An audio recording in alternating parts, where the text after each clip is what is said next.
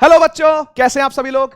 Physics वाला foundation channel पर आप सभी का स्वागत है। दोस्तों 30 मिनट्स के वीडियोस आप सभी के लिए अपलोड हो ही रहे हैं, तो उसी कैटेगरी के अंदर आज हम magnetic effects of electric current का ये 30 मिनट्स का रिवीजन लेकर के आए, जो कि सीबीएसई ओरिएंटेड है। इसमें डिलीटेड टॉपिक्स को हटा दिया गया है, यानी रिड्यूस्ड सिलेबस भी ही आपके साथ डिस्कस किया जा रहा है। तो चलिए स्टार्ट करते हैं बिना टाइम वेस्ट किए।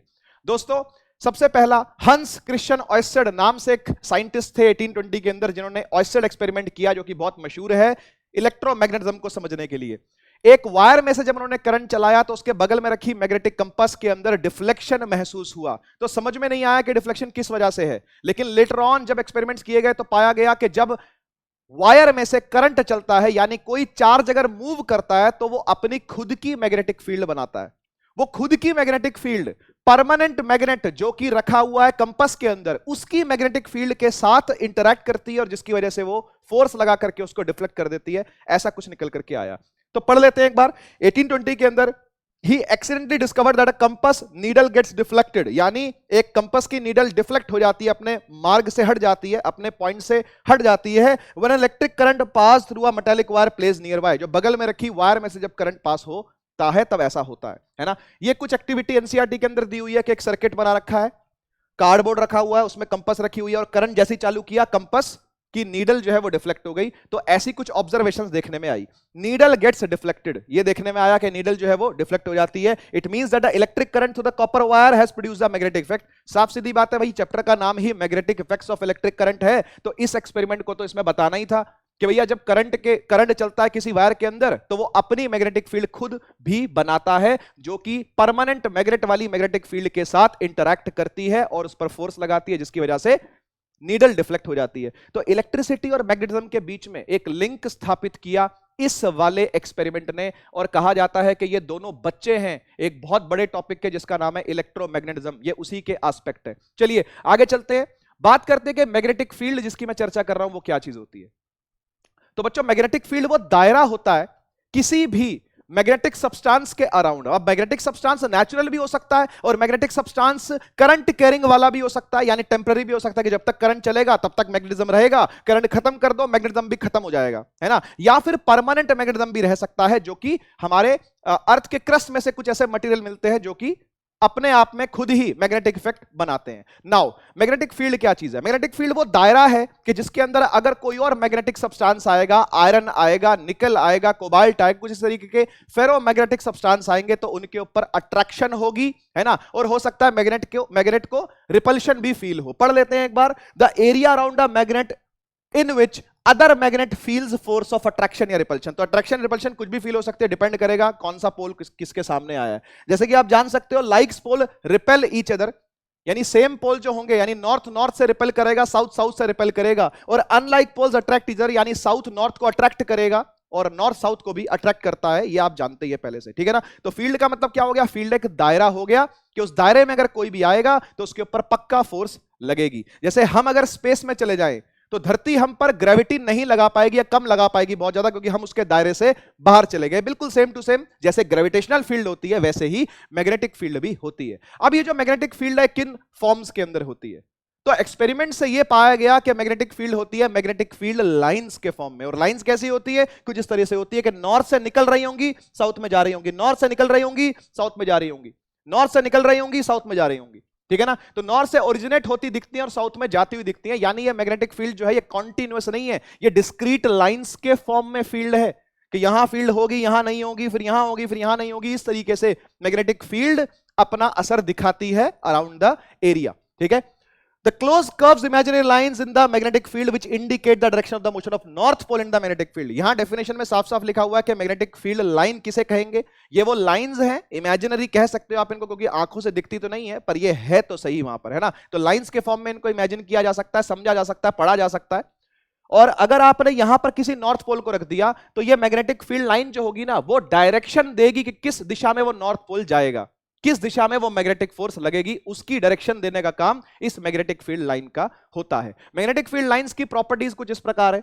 Lines originate from north pole and at south pole of the magnet. ये बाहर की सिचुएशन है, लेकिन आप जैसा कि जानते हो कि मैग्नेटिक फील्ड क्लोज कर्व्स होते हैं, तो साउथ टू नॉर्थ अंदर भी मैग्नेटिक फील्ड होती है। पूरा कर्व कंप्लीट होता है मैग्नेटिक फील्ड लाइन का, इस बात का आपने ध्यान रखना है। तो दोनों बातें सही है, यहां पर बाहर नॉर्थ से साउथ होगी और अंदर साउथ से नॉर्थ होगी, यानी तभी पूरा कर्व कंप्लीट होगा। They are crowded near poles, pole के नजदीक भीड़ भाड़ ज्यादा होगी। भीड़ भाड़ ज्यादा होने का कारण क्या है? भीड़ भाड़ ज्यादा होने का कारण यह है कि उसकी स्ट्रेंथ उतनी ही तगड़ी है।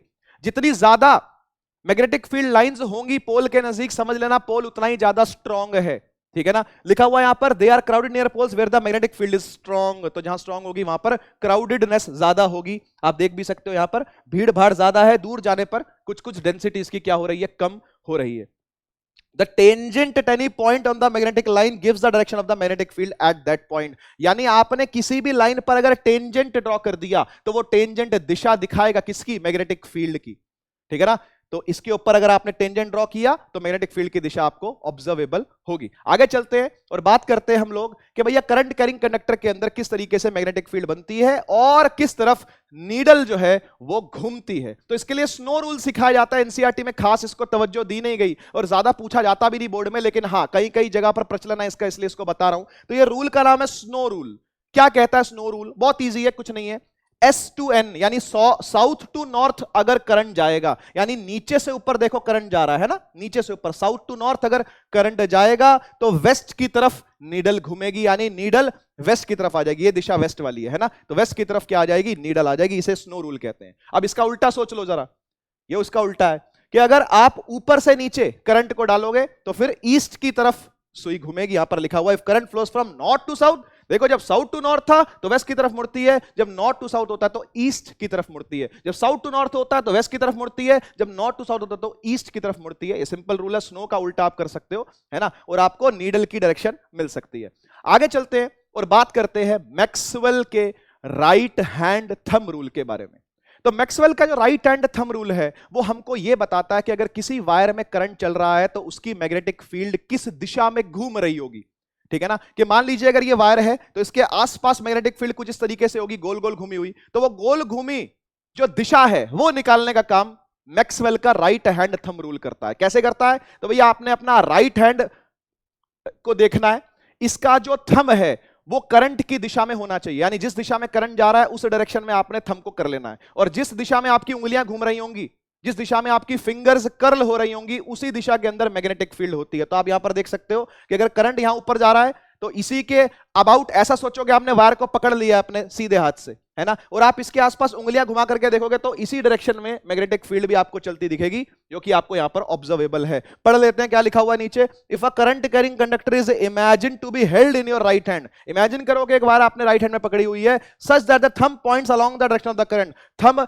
पॉइंट कर रहा हो करंट की दिशा में, then the direction of the wrapped fingers, जो घूमी हुई कर्ल्ड फिंगर्स है, जो रैप्ड फिंगर्स है, उनकी दिशा ही आपको क्या देगी? मैग्नेटिक फील्ड लाइन की दिशा देगी। तो ये सिंपल सा रूल है मैक्सवेल का राइट हैंड थंब रूल, ठीक है ना। आइए देखते हैं कि कहां कहां ये रूल लगता है। तो सबसे पहले लगता है स्ट्रेट कंडक्टर के अंदर, फिर आपने इसको पढ़ना है सर्कुलर लूप के अंदर, और फिर आपने इसको पढ़ना है सोलेनॉइड के अंदर। एक एक करके सभी को देखेंगे। शुरू करते हैं हम लोग, सबसे पहले बात करते हैं स्ट्रेट करंट कैरिंग कंडक्टर की। स्ट्रेट का मतलब होता है सीधा, और करंट कैरिंग कंडक्टर का मतलब होता है कि तार जिसमें करंट चल रहा हो। कंडक्टर यानी तार जिसमें करंट चल रहा हो और वो स्ट्रेट हो, सीधी तार हो, ठीक है ना। तो डायरेक्शन कैसी होगी फील्ड की आप चेक कर सकते हो। यहां पर एक सर्किट दिखा रखा है बच्चों, कार्डबोर्ड दिखा रखा है। तरीका यही है, ऐसा ही डायग्राम आपको ड्रॉ करके आना है जब आपसे बोर्ड में ऐसा कुछ पूछा जाएगा तो, ठीक है ना।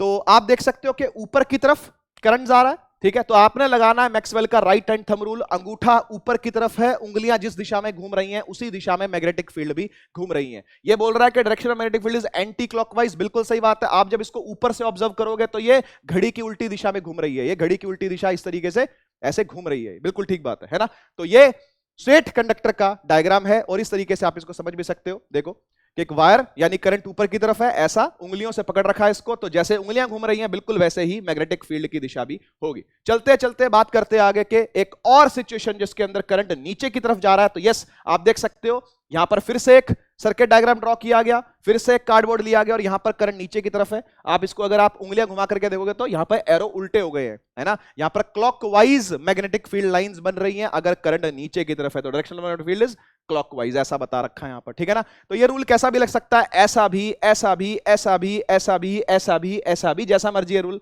आप लगा सकते हो, ये हमेशा कामयाब रहेगा, ठीक है ना। चलते हैं, बात करते हैं इसकी प्रॉपर्टीज के बारे में। Magnetic field lines are concentrated circles around the center of the wire। इसका मतलब कॉन्सेंट्रिक है, वैसे ये कॉन्सेंट्रेटेड नहीं है। कॉन्सेंट्रिक का मतलब होता है सर्कल के अंदर सर्कल बनना। जैसे आप यहां पर देख सकते हो कि एक सर्कल बना हुआ है, एक छोटा सर्कल और है, एक और छोटा सर्कल है, एक बड़ा सर्कल भी हो सकता है, ठीक है ना। यानी अगर ये वायर है तो छोटा सर्कल, उससे बड़ा सर्कल, उससे बड़ा सर्कल, उससे बड़ा सर्कल, सभी के सभी वायर पर ही अपना सेंटर बना रहे होंगे। आप चेक कर सकते हो, वायर पर ही अपना सेंटर बना रहे हैं, ऐसा लिखा हुआ है यहां पर, ठीक है।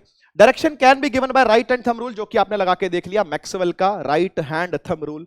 Circles are closer to conductor, बिल्कुल ठीक बात है। जैसे जैसे आप खुलते जाओगे, दूर जाते जाओगे, तो ये भी खुलता जाएगा, इसका गैप भी, क्योंकि धीरे धीरे मैग्नेटिक फील्ड जो होगी वो डिक्रीज होती चली जाएगी। Magnitude of magnetic field increases if the current is increase, अगर करंट को बढ़ाया जाएगा तो मैग्नेटिक फील्ड बढ़ेगी, ऑब्वियस सी बात है। Magnitude of magnetic field decrease if the current decrease, current को कम करने पर मैग्नीट्यूड मैग्नेटिक फील्ड का कम हो जाएगा, यानी करंट तेज चलेगा, मैग्नेटिक फील्ड बढ़िया तगड़ी बनेगी, करंट कम होगा, मैग्नेटिक फील्ड भी हल्की बनेगी। चलते हैं आगे और बात करते हैं लूप के बारे में। तो लूप ये रहा पीछे ब्राउन कलर में जो दिखा रखा है, अगर इसके अंदर कभी करंट चलता है तो कुछ इस तरीके से मैग्नेटिक फील्ड बनती है। आप देख सकते हो कि रिंग की फॉर्म यहां पर बन रही है, और कोने पर देखें अगर आप तो ज्यादा डेंसिटी है, दूर जाते जाते डेंसिटी खुलती जा रही है, यहां डेंसिटी ज्यादा है, ठीक है ना। जितना आप नजदीक रहोगे वायर के, वहां पर आपको डेंस ज्यादा मिलेंगी मैग्नेटिक फील्ड लाइंस। आइए प्रॉपर्टीज पढ़ लेते हैं इसकी। मैग्नेटिक फील्ड लाइंस आर, फिर से भाई, concentrated circles at every point of the wire. Circles become larger and larger as we move away, जैसा कि मैंने आपको बताया, जितना दूर जाओगे ये सर्कल और बड़े बड़े होते जाएंगे। It appears as a straight line at the centre of the loop, loop के सेंटर में हमेशा एक स्ट्रेट लाइन ऑब्जर्व होगी आपको मैग्नेटिक फील्ड वाली, ठीक है। Direction of the magnetic current inside the loop is same, ठीक है ना।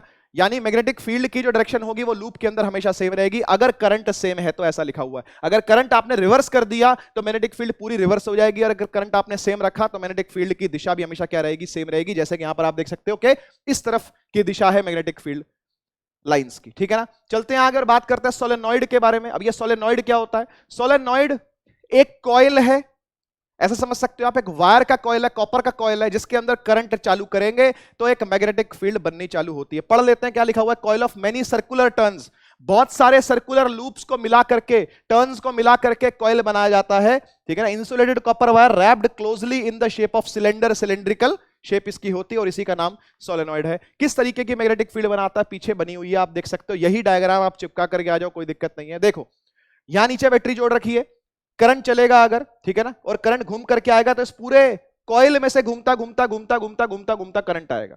अब जब ऐसा घूमता हुआ करंट आएगा तो कोई ना कोई डायरेक्शन करंट की जरूर बनेगी, और उसी डायरेक्शन के हिसाब से पूरी फील्ड निकलेगी, है ना। और जिस तरीके से एक लूप में करंट घूमेगा, अगले में भी वैसा ही घूमेगा, अगले में भी वैसा ही घूमेगा, अगले में भी वैसा ही घूमेगा, सेम सेम सेम घूमता आएगा, तो फील्ड जो बनेगी वो उसी हिसाब से बनेगी, ठीक है ना। तो एक साइड आप देख सकते हो कि नॉर्थ पोल से फील्ड निकलती हुई दिख रही है, और दूसरी तरफ साउथ पोल में फील्ड घुसती हुई दिख रही है। यानी अगर हम डायग्राम पर भरोसा करें तो नॉर्थ से फील्ड निकल करके साउथ में फील्ड जा रही है। बिल्कुल सेम टू सेम ऐसा बार मैग्नेट में भी होता है। जैसा बार मैग्नेट को देखोगे वहां पर भी कुछ इस तरीके से पोल्स बने रहते हैं, और एक तरफ से फील्ड निकल के दूसरी तरफ जाती है। पढ़ लेते हैं। जब इलेक्ट्रिक करंट फ्लो करता है किसी सोलेनॉइड में से, तो magnetic field on the solenoid is similar to a bar magnet, जैसा कि मैंने आपसे कहा कि बार मैग्नेट जैसी ही फील्ड को बनाता है। सेकंड पॉइंट देखते हैं। One end of a solenoid acts as a north pole, other end acts as south pole. जैसा कि मैंने आपसे बताया, बार मैग्नेट में भी साउथ और नॉर्थ होते हैं, यहां पर भी आपको साउथ और नॉर्थ देखने में आ रहे हैं। Field lines inside the solenoid are parallel to each other, अंदर की फील्ड सारी पैरेलल होंगी और इक्वल होंगी मैग्नीट्यूड में, यानी यहां से लेकर यहां तक मैग्नीट्यूड बराबर मिलेगा आपको मैग्नेटिक फील्ड का। आगे लिखा हुआ है strength of magnetic field inside the solenoid is same. बिल्कुल यही बात मैंने आपसे बोली कि यहां से लेकर यहां तक का मैग्नीट्यूड बिल्कुल सेम रहेगा। Current carrying solenoid is called electromagnet, ये एक इलेक्ट्रोमैग्नेट का काम भी कर सकता है, ठीक है ना। अगर इसके कोर के अंदर हमने, लिख लीजिए इस बात को, अगर इस कोर के अंदर हमने, ये जो कोर होगा, यहां जो खालीपन होगा, एयर होगी, इसके अंदर हमने अगर एक हार्ड आयरन को रखा, या निकल को रखा, या कोबाल्ट को रखा, तो ये परमानेंट मैग्नेट की फॉर्म ले लेंगे। थोड़ी देर के बाद ये परमानेंट मैग्नेट बन जाएंगे। इंडस्ट्री में मैग्नेट ऐसे ही बनाए जाते हैं, ठीक है ना। और अगर आपने यहां पर सॉफ्ट आयरन रखा, जो कि कील होता है, सॉफ्ट आयरन नेल बोलते हैं जिसको, है ना, वो सॉफ्ट आयरन का बना होता है, ये एक टाइप आयरन की, अगर आपने उसको यहां पर रखा तो वो इलेक्ट्रोमैग्नेट का फॉर्म लेगा, यानी वो छोटे छोटे आयरन नेल्स को अपने साथ चिपका सकता है। आप इस एक्सपेरिमेंट को घर पे भी कर सकते हैं। एक नेल लेकर के उसके ऊपर वायर लपेट दीजिएगा, करंट चालू कीजिएगा, तो छोटे छोटे कील जो होंगे वो आकर के उसके साथ चिपकना चालू हो जाएंगे, छोटी छोटी पिन्स आकर के उस बड़े कील के साथ चिपकना चालू हो जाएंगे। ये बहुत इजी एक्सपेरिमेंट है, किया जा सकता है सेफली घर पर, ठीक है ना। आगे चलते हैं, बात करते हैं कि करंट कैरिंग कंडक्टर के अंदर फोर्स की बातें कहां से आ गई। देखो यार, क्या होता है कि किसी करंट कैरिंग कंडक्टर को अगर आप एक्सटर्नल मैग्नेटिक फील्ड में रखते हो, यानी करंट कैरिंग कंडक्टर है, एक तो उसकी अपनी मैग्नेटिक फील्ड है, इसके अलावा बाहर से और मैग्नेटिक फील्ड ले आए, बाहर से आप और मैग्नेटिक फील्ड ले आए, जैसा कि आप यहां पर देख सकते हो कि यहां पर एक कंडक्टर है जिसको ऑलरेडी बैटरी से जोड़ रखा है, तो इसके अंदर करंट चल रहा होगा, और करंट चलेगा तो ये अपनी खुद की मैग्नेटिक फील्ड भी बनाएगा, सही बात है। और आप बाहर से एक और मैग्नेट ले आए और उसकी भी मैग्नेटिक फील्ड आपने इसमें से चलवा दी, तो दोनों मैग्नेटिक फील्ड आपस में इंटरैक्ट करेंगी और ऐसा कहेंगे कि बाहर वाली जो फील्ड है उसने इसके ऊपर क्या लगा दी, फोर्स लगा दी। तो उस फोर्स को देखने का जो तरीका है वो है फ्लेमिंग्स का लेफ्ट हैंड रूल। ऐसा एक्सपेरिमेंटल सेटअप एनसीईआरटी में दिया हुआ है, ये बहुत सिंपल है, कुछ नहीं है, क्लैंप है, क्लैंप के साथ एक सर्किट बना करके जोड़ दिया गया है एक कंडक्टर को, ठीक है ना, और उस कंडक्टर में से बैटरी लगा करके करंट पास करवा दिया गया, साथ ही एक हॉर्सशू मैग्नेट को यहां पर ले आए हैं, है ना, और उससे हमने एक्सटर्नल मैग्नेटिक फील्ड जनरेट करवा दी है। तो एक तो उसकी खुद की मैग्नेटिक फील्ड हो गई, एक बाहर से मैग्नेटिक फील्ड आ गई, दोनों आपस में इंटरेक्ट करेंगी और फिर शुरू होगा तमाशा, ठीक है ना। आइए देखते हैं कि किस तरीके से आपने उस फोर्स को निकालना है। तो फोर्स को निकालने का तरीका जो है वो है फ्लेमिंग्स का लेफ्ट हैंड रूल। आपको इसके अंदर आपका उल्टा हाथ चाहिए होगा और ये 3 उंगलियां चाहिए होंगी, ठीक है ना। और इसमें जो थंब होगा बेटा वो फादर है, फ से फादर, फ से फोर्स से डिनोट हो रखा, आप देख सकते हो। मां से मैग्नेटिक फील्ड, मां से मदर, मां से magnetic field, father mother child करके इसको याद रखा जा सकता है, father mother child, force magnetic field current. Magnetic field की डिनोशन बी से होती है, करंट की डिनोशन आई से होती है, आप ऑलरेडी जानते हो, फोर्स की डिनोशन एफ से होती है। तो इस तरीके से आपने इस रूल को लगाना है। पढ़ लेते हैं इसकी स्टेटमेंट क्या है। It stated as stretching the forefinger, middle finger and thumb of the left such that they are mutually perpendicular to each other. ये तीनों आपस में 90 डिग्री पर होने चाहिए, यानी फोर्स वाली थंब, इंडेक्स फिंगर वाली उंगली और आपकी मिडल फिंगर जो कि करंट को डिनोट कर रही है, ये तीनों आपस में एक दूसरे से 90 डिग्री पर होने चाहिए, आप चेक कर सकते हो, ठीक है ना। लेकिन ये कभी भी ऐसा नहीं करना, इसको रूल लगाते हुए हमेशा हाथ को ऐसा ही रखना है आपने, लेकिन आप रिस्ट को ट्विस्ट जरूर कर सकते हो, यानी आप कलाई घुमा सकते हो, कलाई घुमाना अलाउड है, लेकिन ये उंगलियां ऐसे ऐसे करनी अलाउड नहीं है, उंगलियां ऐसे ही रहनी चाहिए। कलाई जितना मर्जी घुमा करके रूल आप लगा सकते हो, ठीक है। Here the forefinger indicates the direction of the magnetic field, यहां लिखा हुआ है फोर फिंगर जो है वो मैग्नेटिक फील्ड की दिशा दिखा रही है, मिडल फिंगर जो है वो करंट की दिशा दिखा रही है, और तब थंब क्या करेगा, वो फोर्स की दिशा दिखा देगा। इस तरीके से इस रूल को लगाया जाता है और समझा जाता है। आइए आगे चलते हैं, बात करते हैं एसी और डीसी करंट के बीच के डिफरेंस को। क्या है ये एसी और क्या है ये डीसी, समझते हैं। एसी करंट की फुल फॉर्म होती है ऑल्टरनेटिंग करंट, एसी ही है वो, ऑल्टरनेटिंग करंट बोलते हैं उसको। डीसी को डायरेक्ट करंट कहते हैं। ये डायरेक्ट करंट जो होता है ये बहुत दूर तक के डिस्टेंस को ट्रेवल नहीं कर सकता, ये जल्दी मर जाता है, पावर लॉसेस इसके अंदर ज्यादा होते हैं। लेकिन ऑल्टरनेटिंग करंट जो होता है वो लंबे डिस्टेंसेस तक जा सकता है।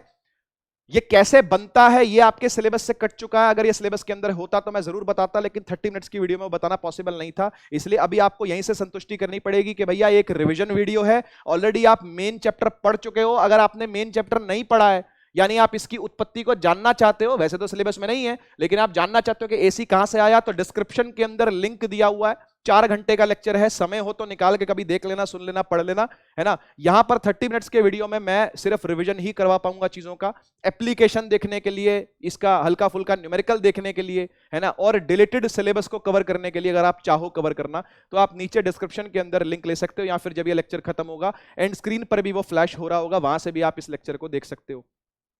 तो मेरी कुछ रिस्ट्रिक्शंस है बेटा, और मैं ये मानता हूं कि आप उस चीज को समझोगे। एसी करंट दूर के डिस्टेंसेस तक चल सकता है, डीसी करंट दूर के डिस्टेंसेस तक नहीं चल सकता, इसलिए घर घर जो पहुंचाया जाता है ट्रांसमिशन करवा करके, ट्रांसमिशन लाइंस से आपने देखी होंगी जो आपके घरों के बाहर खंबे लगे हुए हैं बिजली के, उनमें से जो तारें आपके घर में चल करके आ रही हैं 2000 ऑल्टरनेटिंग करंट, वो ऑल्टरनेटिंग करंट है 2 सिटीज के बीच में। इलेक्ट्रिक पावर को मेंटेन करवाने के लिए एसी करंट को यूज किया जाता है। आगे चलते हैं। फ्रीक्वेंसी ऑफ एसी जो होती है वो कंट्री पे डिपेंड करती है, लेकिन हमारे देश के अंदर ये 50 हर्ट्ज है, 50 हर्ट्ज है, 60 हर्ट्ज यूएस के अंदर है यही कुछ वेरिएशन चलता है 50-60 के आसपास, ठीक है ना। मोस्टली कंट्रीज 50 हर्ट्ज यूज करती हैं, यूएस और यूएस की जो सब्सिडरीज है बेचारी वो सब 60 हर्ट्ज यूज करती हैं, ठीक है ना। इसकी कोई फ्रीक्वेंसी नहीं होती क्योंकि ये डायरेक्ट करंट है, सीधा चलता है, ये टाइम के साथ वेरी नहीं करता, प्लस माइनस नहीं होता, यानी अपनी दिशा को रिवर्स नहीं करता। ऑल्टरनेटिंग करंट अपनी दिशा को बार बार रिवर्स करता रहता है, पॉजिटिव चलता है, नेगेटिव चलता है, फिर पॉजिटिव फिर नेगेटिव, इस तरीके से एसी चलता है। डीसी ऐसा नहीं चलता। Flow of current changes direction, देखो लिखा हुआ है, जो करंट का फ्लो होगा वो अपनी डायरेक्शन को पीरियोडिकली चेंज करता रहेगा, यानी 50 हर्ट्ज का मतलब हो गया यानी हर सेकंड में 50 बार वो अपनी डायरेक्शन को चेंज कर रहा है। यहां पर ऐसा कुछ नहीं होता। फ्लो जो होता है करंट का वो सिंगल डायरेक्शन के अंदर ही मूव करता है, यानी पॉजिटिव करंट है तो पॉजिटिव करंट ही रहेगा, पॉजिटिव टू नेगेटिव ही चलेगा हमेशा। जो बैटरी का करंट आपने देखा है वो डीसी ही है, जो जनरेटर का करंट होता है वो एसी होता है। जो जनरेटर आपके सिलेबस में नहीं है तो आपको समझ में नहीं आएगा कि एसी कैसे बनता है और कैसे चलता है, लेकिन डिफरेंस आपके सिलेबस में है, अब कुछ कर नहीं सकते इस बारे में। Electrons keep on changing it's directions, यानी इलेक्ट्रॉन जो है वो अपनी दिशाओं को बदलता रहेगा, कभी ऐसे जाएगा, ऐसे ऐसे ऐसे ऐसे ऑसिलेट करता रहेगा, लेकिन यहां पर इलेक्ट्रॉन एक ही दिशा के अंदर चलेंगे क्योंकि वो डीसी है और ये एसी है।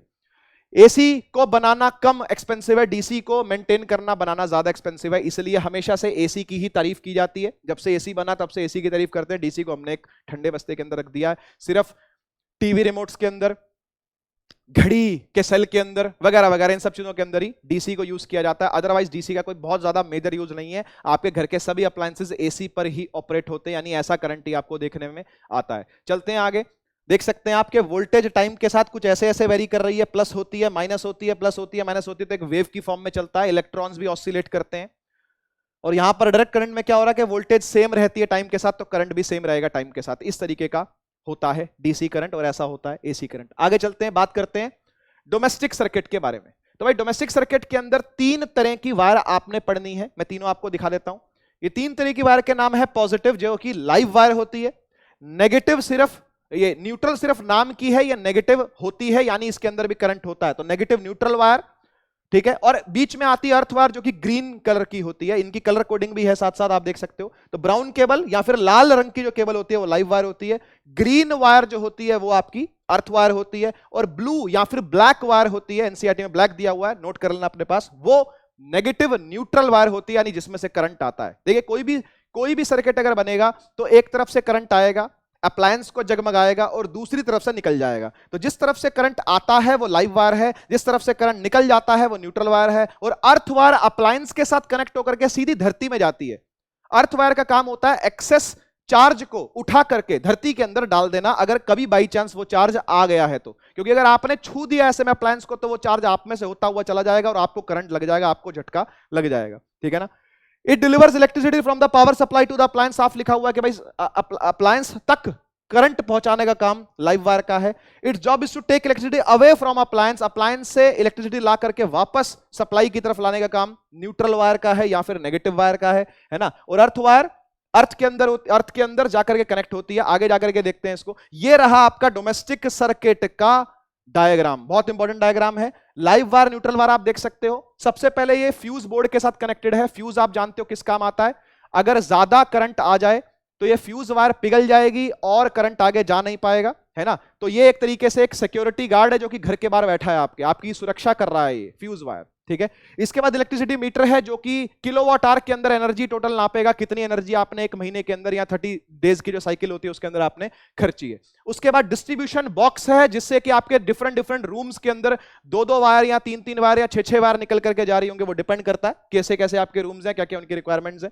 ठीक है। और उसके बाद आप देख सकते हो सबके सब पैरेलल में कनेक्टेड है। ये कोई अप्लायंस 1 हो सकता है, ये कोई अप्लायंस 2 हो सकता है, ये कोई अप्लायंस 3 हो सकता है, सबके सब 220 वोल्ट के अक्रॉस कनेक्टेड है। हमारे देश के अंदर 220 वोल्टेज दी जाती है और 50 हर्ट्ज का एसी करंट दिया जाता है। ये स्टैंडर्ड मेंटेन कर रखा है ऑल ओवर इंडिया, ठीक है।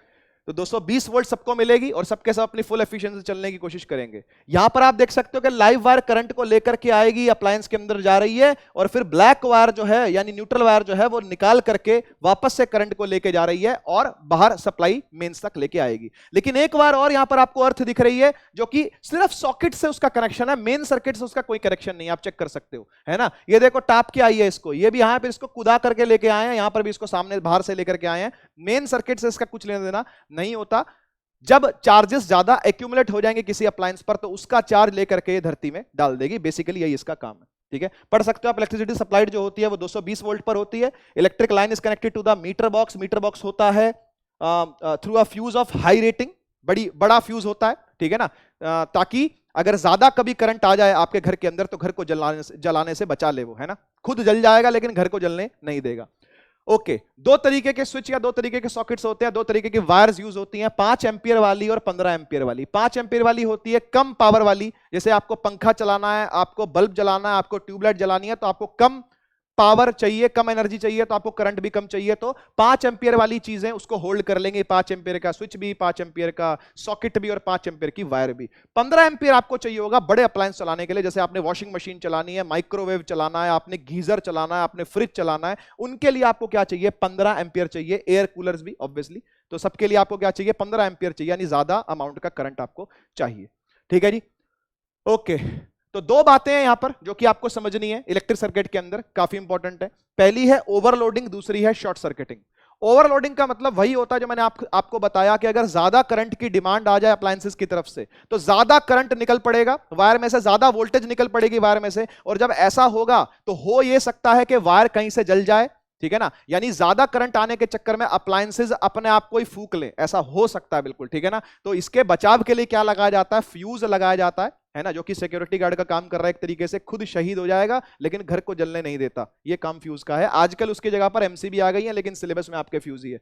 पढ़ लेते हैं क्या लिखा हुआ है, excessive flow of current due to over use of appliances. जितनी ज्यादा अप्लायंसेस होंगे उतना उनका ओवर यूज होगा, ज्यादा करंट वो बुलाएंगे, तो ज्यादा करंट आने से वायर जल सकती हैं, अप्लायंसेस भी जल सकते हैं, आग भी लग सकती है। It can occur due to accidental hike in the supply of voltage. Voltage की सप्लाई में जब हाइक आएगी, ज्यादा वोल्टेज चाहिए होगी उनको, तो करंट भी ज्यादा निकल करके आएगा और हीट प्रोडक्शन ज्यादा होगी उस टाइम पर।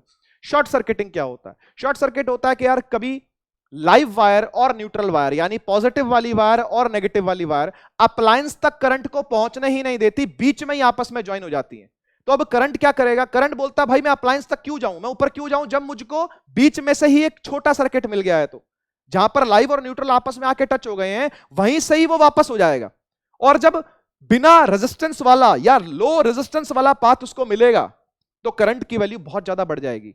जब बहुत ज्यादा करंट की वैल्यू बढ़ जाएगी तो फिर हीट भी बहुत जल्दी आ जाएगी उसके अंदर, तो इसलिए आग लग जाती है शॉर्ट सर्किट होने पर, ठीक है ना। अप्लायंस तक तो करंट पहुंचा ही नहीं, उससे पहले ही कहीं ना कहीं लाइव और न्यूट्रल आपस में क्या हो गए, बाई चांस गलती से अनडिजायरफुल वो आपस में जुड़ गए, जिसकी वजह से सारा करंट उसी जंक्शन में से होता हुआ वापस आ जाएगा, ऊपर अप्लायंस तक जा नहीं पाएगा। Flow of high current in the circuit when live and neutral wire come in direct contact. साफ साफ लिखा हुआ है, कभी लाइव न्यूट्रल डायरेक्ट कॉन्टैक्ट में आ गए तो करंट बहुत ज्यादा बढ़ जाएगा सर्किट के अंदर। तो ऐसा बोल सकते हैं कि शॉर्ट सर्किट की वजह से ओवरलोडिंग हो गई है, बिल्कुल बिल्कुल कह सकते हैं शॉर्ट सर्किट की वजह से क्या हो गई है, ओवरलोडिंग हो गई है। और इन सबको बचाने के लिए हमको लगाना चाहिए फ्यूज, है ना, लिखा हुआ है use for protecting the circuits due to short circuiting और ओवरलोडिंग ऑफ द सर्किट्स। तो एक मेन फ्यूज जो बाहर लगता है घर के वो अलग है ना, एक मोहल्ले का फ्यूज लगता है वो अलग होता है ना, और अप्लायंसेस का अपना खुद का फ्यूज भी होता है। कभी कभी ऐसा होता है हम आयरन यूज कर रहे होते हैं तो एकदम से उसके अंदर पटाखा बोलता है, असल में वो क्या हुआ, वो जल नहीं गई है, उसके अंदर का फ्यूज जो है वो ब्लोन ऑफ हो गया है, वो फूक गया है फ्यूज, उसके अंदर की जो फ्यूज वायर है वो क्या हो गई है, मेल्ट हो गई है। क्यों, क्योंकि हो सकता है उसने ज्यादा करंट अपने अंदर बुला लिया हो, या फिर मे बी कोई भी रीजन हो सकता है उसके पीछे, करंट ज्यादा आ गया हो और फ्यूज जो है वो ब्लोन ऑफ हो गया हो। तो फ्यूज एक तरीके का सिक्योरिटी डिवाइस है जो कि आपके अप्लायंसेस को जलने से बचा लेता है। इंसुलेशन प्रॉपर चेक करनी चाहिए टाइम टू टाइम कि भैया कभी आपस में टच ना हो जाए लाइव और न्यूट्रल वायर, तो उसके लिए आपको insulation time to time check करते रहना चाहिए, ठीक है ना। इसी के साथ हम लोग अपने आज के इस लेक्चर को करते हैं समाप्त। लगभग मैंने सारे वो टॉपिक्स कवर कर लिए हैं जो सीबीएसई बोर्ड 2023 के अंदर आ रहे हैं, ठीक है, और वो सभी के सभी इंपॉर्टेंट है बाय डेफिनेशन। मैंने यहां पर सब चीजों को ले आया हूं, बाय डायग्राम सब चीजों को ले आया हूं, बाय कॉन्सेप्ट्स मैंने सब चीजों को रिवाइज आपको करवा दिया है, ठीक है। इसके बावजूद भी अगर कोई डाउट रहता है, नीचे डिस्क्रिप्शन में लिंक है, कंप्लीट लेक्चर आप देख सकते हो, और साथ ही साथ वो अभी फ्लैश भी हो रहा होगा एंड स्क्रीन के ऊपर। पीछे एक प्यारा सा कोट लिखा हुआ, पढ़ लेते हैं फटाफट से। Opportunities do not happen, you create them. Yes, अगर आप सोचते रहोगे, बैठे रहोगे कि भाई खुद से चल करके कोई चीज आपके पास आएगी, तो ऐसा नहीं होता भाई। आपको उस लायक होना पड़ता है कि आप अपॉर्चुनिटीज को खुद क्रिएट कर सको, खुद पा सको। बस इसी पॉजिटिव नोट के साथ हम करते हैं आज के इस लेक्चर को विराम। मिलेंगे अगली बार, तब तक के लिए take care, tata, bye bye.